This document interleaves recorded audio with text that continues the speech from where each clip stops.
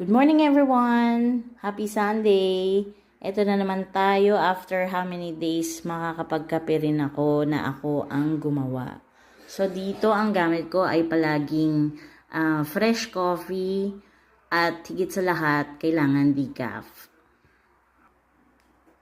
Ayan, isang scoop lang. And of course you have to tamp. Tapos alisin nyo yung mga coffee grinds sa tabi bago nyo ilagay sa group head.